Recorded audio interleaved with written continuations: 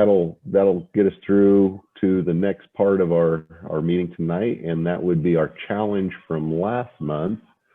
And Sue, if you've got sharing, I'm going to let you take over again and just lead us through. And as Sue calls out your name, unmute yourself and let us know about your project.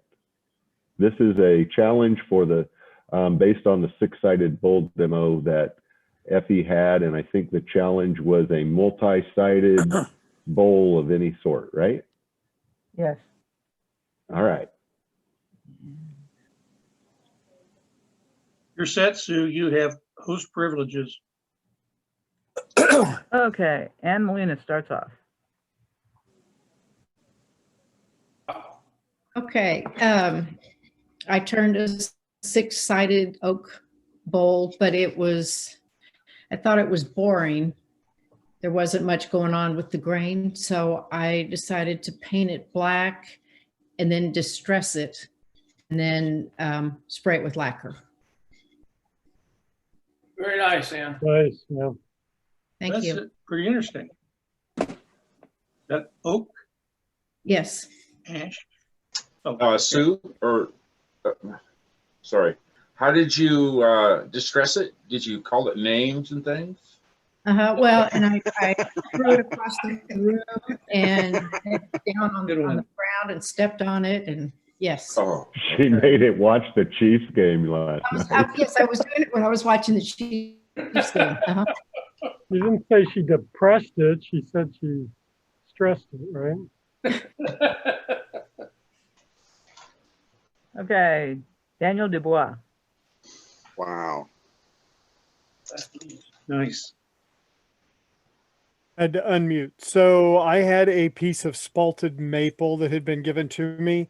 So the next 3 pictures are different ones of the bowl. So I made a 6-sided emerging bowl out of the spalted maple. There might be a 4th picture. I don't recall, 3 or 4. Yeah, so this is the last one. So I had never done a bowl like this before, so I didn't try and vary too much off the 6 sides.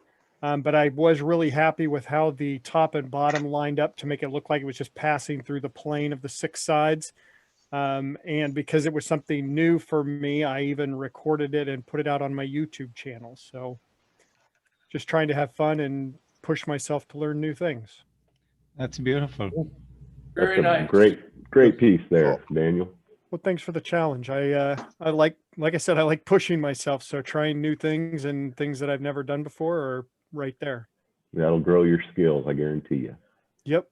Good job. Thank you. Okay, this is Dave Stalling. I'm happy to participate in this channel. And my question was, well, how many sides should it have? So I decided, well, let's do more than one. Okay, well, how about a whole bunch? So I started out with the idea that we'd have a 3, a 4, a 5, a 6, and a circle, which would be infinite. So I got them all covered. So what he wants to do with it was to make a box and turn a little finial top lid. And my wife said, "What is it?" It's a box. Anyway, it was a fun thing to do. And I thought to lay it up was I drilled a starter hole in the circle and then put a dowel and essentially slid on every piece and then turned it, so it would be half thickness to give the void between the layers. And sanded it, of course, before I got too far into it. So you can see that each there's about a 1/4 inch space between each layer. And it's all out of black walnut. Very creative. That is a first. Good job. Nicely, so I was pleased with how it hauled. And then I had to use my laser just for the heck of it. Good job. Hey, this is Ed Jaysack. This is 9-sided, and it's the body of the bowl is 18 segments per ring, and I think there's 6 rings or 7 rings, and then the 9-sided for the rest of it, and it's made out of, it's out of cherry and black walnut. Wow, that's gorgeous. Pretty. Very nice. Nice job, Ed. Jack Carstens? So this is a 7-sided bowl. Just to be ornery, I decided to look for something unusual, not an even number of sides. And this is a piece of honey locust. 7? 7, yeah. You're an odd guy, Jack. Well, 7's a lucky number, isn't it? It is. Good job. Well, look at that puzzle that it's on. And here's another odd-sided bowl from Chris Quinn. Yeah, this is me. I started out deciding 5 sides was what I was going with. I threw out a pentagon on AutoCAD and offset it several times, and then put it on the chunk of wood that I had so that I could mark off the angles and everything, and I knew exactly where my center point was. Went to the bandsaw, cut the sides off, and then drilled the holes before I turned it, and turned it down. And I think there's a couple more pictures, Sue. Once I got it done and realized that it's a 5-star, it's a star, you know, so then I had to create, put some color to it to make it red, white, and blue. So I used blue dye and I used red dye on the base of it. And then in order to get the white down into the holes, I ended up using white out because I could wipe it off of the top real easy after I got done. And so there, and then I made a little plastic stand out of it. These are my 32-sided boxes or bowls, and basically used the exact same concept, created a image of a 16-point flower in AutoCAD, printed it out, put it on the piece of wood, went to the bandsaw, I knew exactly where my center point was. Then I cut my outer V's around the outside of the petals, turned the bowl as if it was the wing bowl that we were demoed, and then came back and used the Dremel and a carving tool to carve the individual leaves. And I think there's another picture. I put some texture on the part, and I also worked with, instead of on the orange flower, instead of the sides tipping down, I kind of went up and then down and kind of made them. I wanted to get some flow into the leaves. And then same pattern on both of these, but they look totally unique because one of them I did a upper row of leaves laying on a lower bed of leaves in the walnut, and on the orange one, it's just more of a fan situation where one leaf overlays the next leaf. So it was just kind of a unique play on the same design. So I think that's it. Oh, I did leave a stem on the back end of the orange flower, which allowed it then to set so that it sets and the other one sets flat and is always in a bowl form, but this one will set at an angle and kind of lay on the leaves. It sets up nice for display. Kind of a play off of Dixie Biggs, isn't it?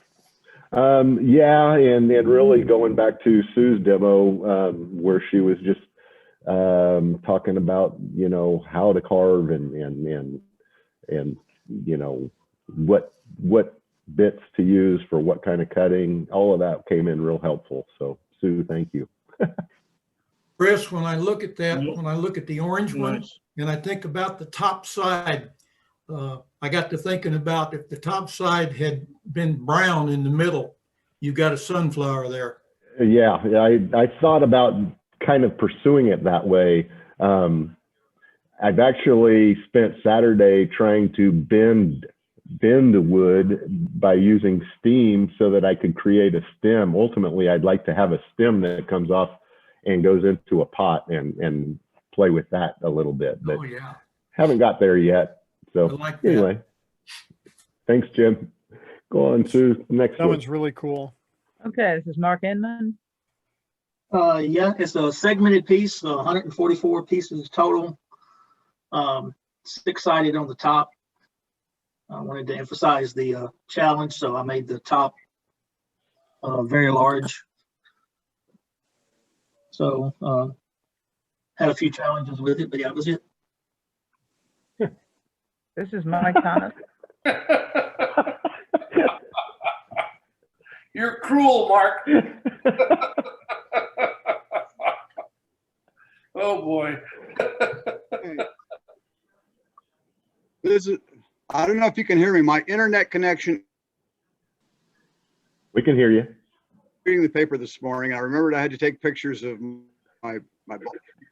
Now I just went with 6 sides. It kind of wound up looking like a nut. So anyway, there should be a bunch of pictures of it, but oh, this is what often happens to my bowls. This is our granddaughter. Anyway, she has her hand in there, and my kids and people come on. I wind up making stuff and then it disappears. And then I find it in like a picture of my daughter in California. There was a pepper mill that I was looking for. And oh, well, Emily had it. And baby Ada may wind up nut bowl. I don't know, but so anyway. Very nice. What kind of wood? What kind of wood is that? Yeah. Is that maple? We're putting nuts in there for her. Is that maple, Mike?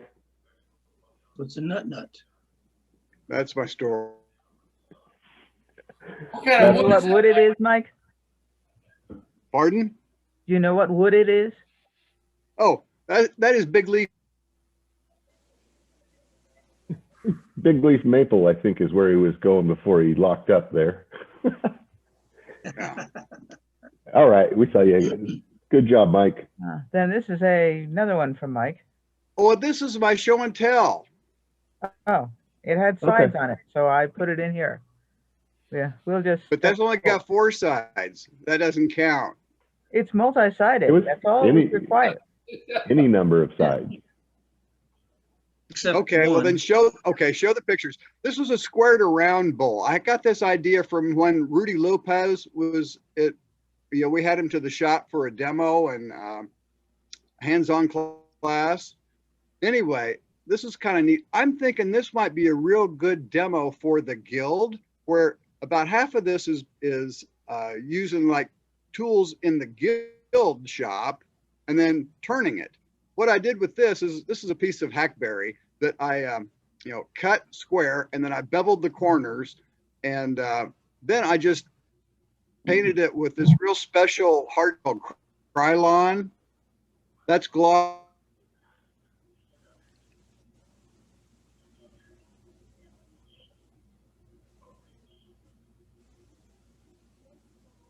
It's like Mike's frozen. I think we lost Mike again. Well, it's cold enough. He could be frozen. My internet's frozen. You're back on. We can hear you now, Anyway, Mike. that was going to be a show. It's a beautiful piece. Interesting too. It's something I do remember Rudy's demo. I thought it was more of a goblet kind of thing, right? Yeah, but this is a variation on that. Yeah, and like I said, it's real quick and easy to do. And I just wanted to see what it would look like. I think But it's very you got to interesting. make sure the thing is completely square and you have it centered. Otherwise, it's trash. Okay. Very nice. It's really cool. That's his black spray paint, Mike? Mike got cold again. He said Krylon, Bill. Oh, okay. Yeah. Okay, this is Ricky Bywater. Can you hear me? Yeah. Okay. Yeah, it's just a 6-segment piece, and I used soft jaws to hold it in place. There's 2 other pictures, and I tried to do Efi's technique there to keep the slight curve on the wings, and then that's the bottom of the piece. And then I just used super glue finish. Nice. Zebra wood? Yes. Very nice. And Rick Tucker? Yeah, this is, I stuck with 4 sides. I always wanted to try this. This was a piece of ash that I had. I made a small bowl out of it, cut it in half, then glued it together. Cut it flat, go on to the next picture, cut it flat on the bottom of it so it would sit. Like I said, Very I'll nice. try that. That's very interesting. Okay. Oh, I Very see. nice. Okay. Oh, that's cool. And this is a piece, I think it's out of maple, and it's got 4 sides, so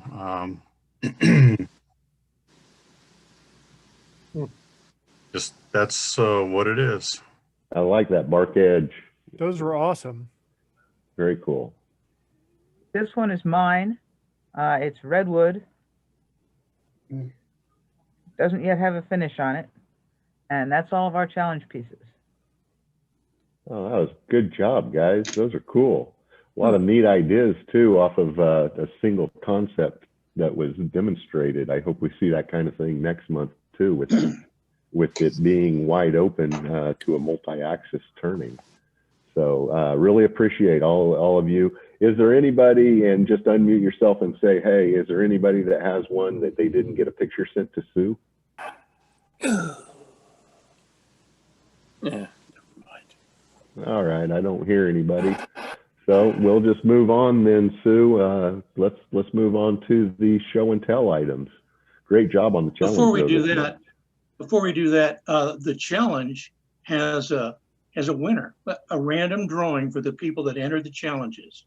And I chose a random number based on the people that entered. And Mark Inman has won 2 Craft Supply $10 gift certificates. Use them before December 31st, 2020. Yeah, Congrats, Mark. I'm done. All right. Good job, Mark. Way to go. We got a winner.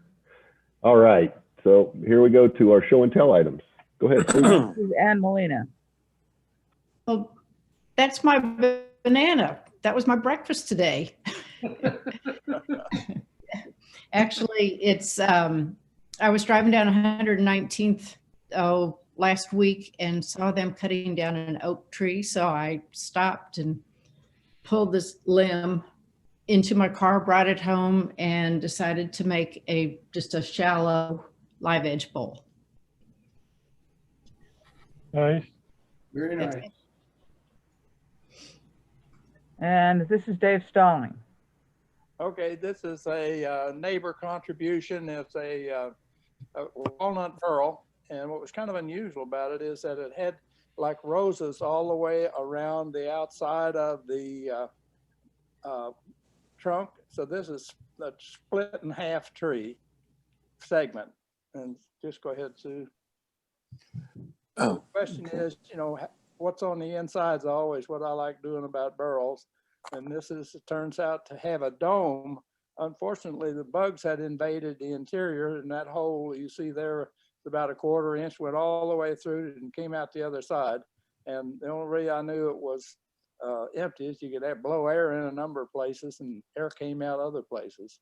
So the question is, and how to make this interesting, and I decided to make it into a dome bowl, if you will. And so sawing it in half, and then turning it, I just threw this up. I had a 6x6 about 1 foot long, and I chose to make a yoke.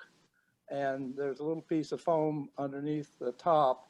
And the trick here was to get the top dome hollowed out. And so it just, nestled in there, and it was just an entertaining exercise to make something that held it. And it was exactly dead on with respect to being centered to that bowl. I was really surprised it came out that well.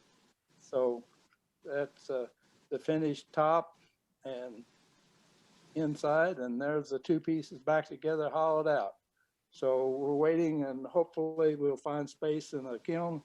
And Don had Frank had talked to me a little bit that someday he might have a little spot, and then it'll get treated with resin, and hopefully I'll have a couple of pieces of segments for the edge where the two pieces join together. They're made. So that's my story. That's beautiful. Nice.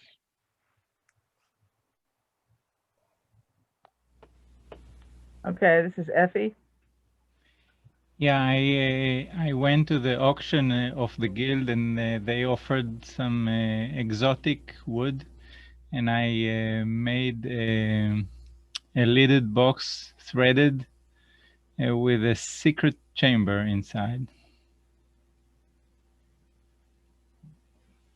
You know what kind of wood it is? Expensive wood.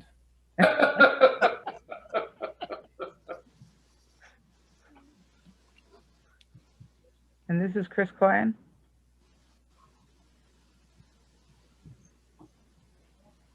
Chris? You're mute. Sorry, I was muted. I think this was Madrone. I got a chunk of it out of the Bill Spear sale. And so I turned the hollow form and decided I wanted it to be a little taller. So I made a stand and a finial. The finial, I wanted to kind of keep a real simplistic shape to it, but I ended up making it so that it is a spinning top.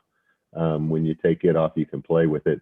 But basically, I just duplicated the shape of the vase or the hollow form kind of in the finial and then chopped off the top. So I guess the next picture, there it is, kind of all put together. Really pretty piece of wood, though. Finished with. Is it top heavy? It is top heavy. Yeah. Okay. But I think I used the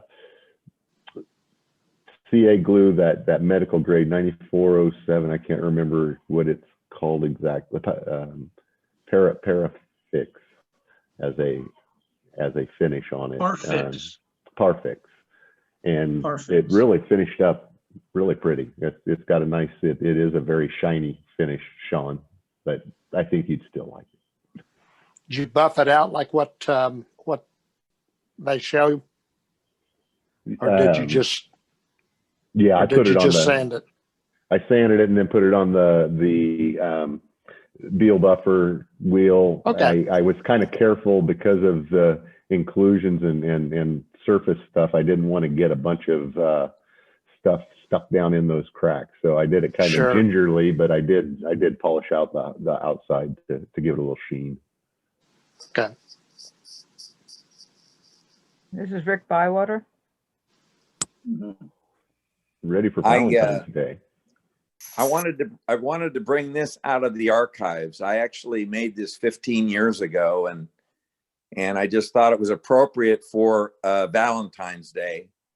I titled it "Gift of Love," and the top lid there is out of African blackwood, and it's a hollow vessel, and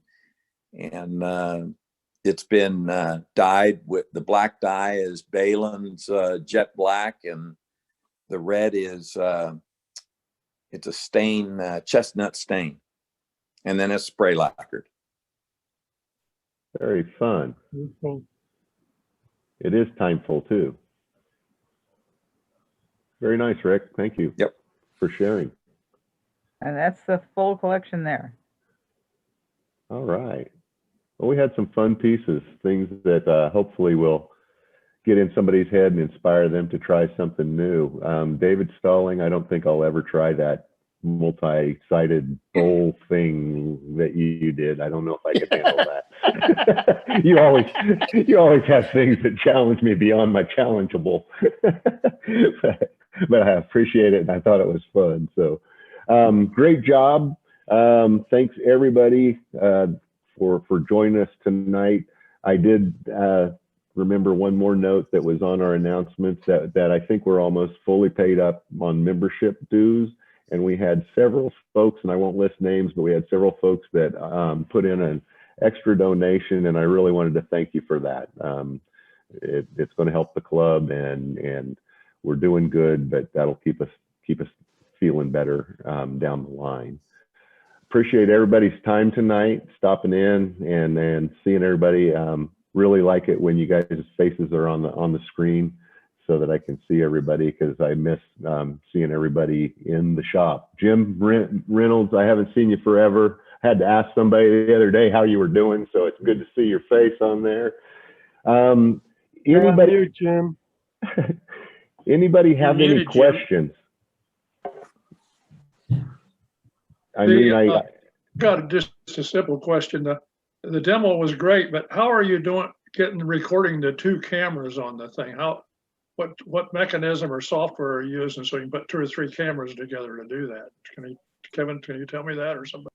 Jack can. I downloaded some software off the internet.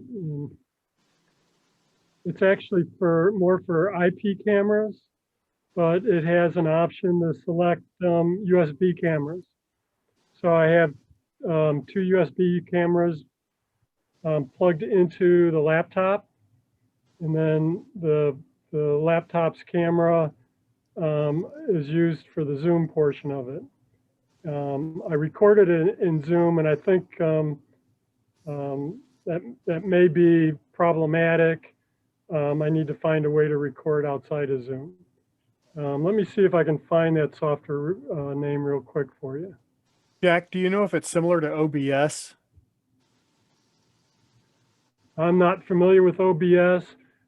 This is called IP Camera Viewer 4, and I got it in the Windows Market, whatever it's called, or Windows Store, and it didn't cost me anything. So I know that a lot of YouTube streamers use OBS for their lives, and then they have a thing called a stream deck, which is a little deck, and you can push a button, it'll switch to cameras.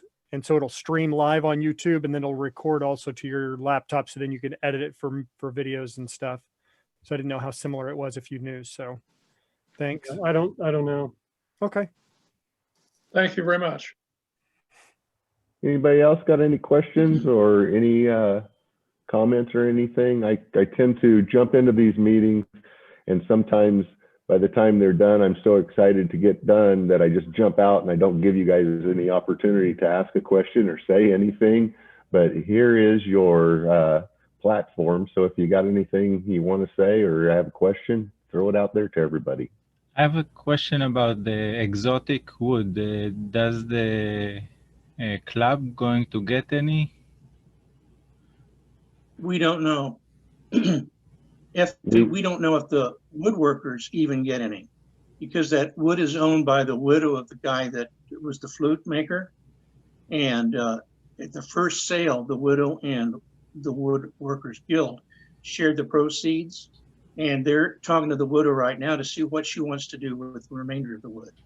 It's not owned by the guild. It's still owned by the widow, okay?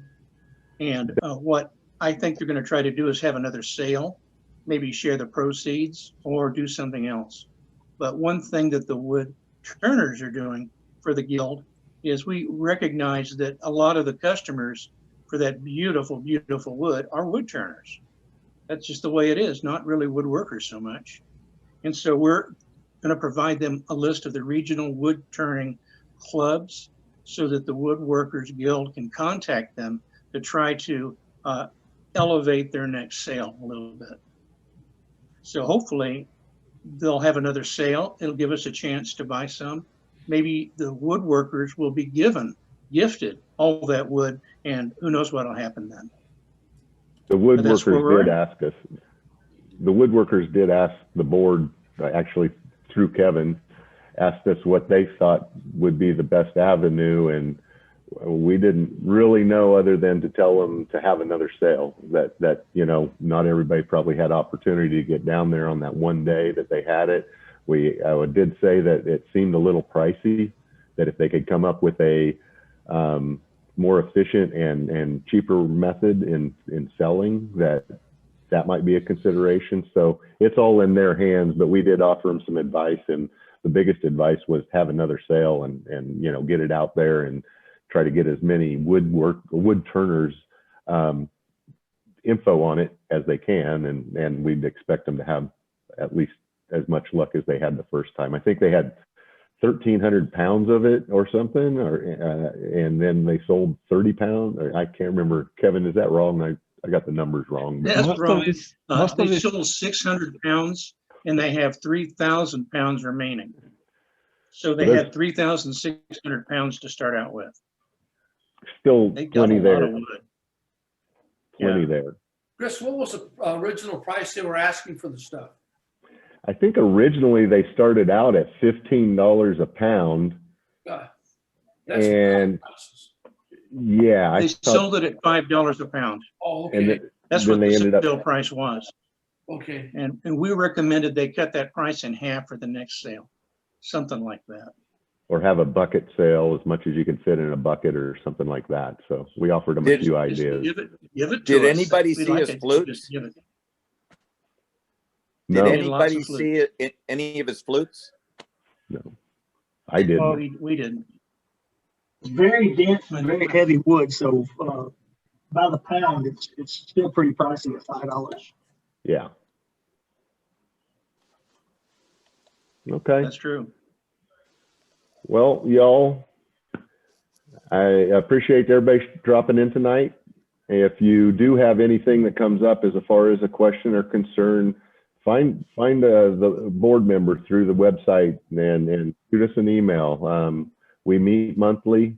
We try to talk through anything that comes up, and if you've got a subject that we need to address, we certainly will do that. So I appreciate everybody showing up tonight, and enjoy the cold weather over the next couple of weeks. And hopefully by the time we get together next month, it'll be 90 degrees and sunny.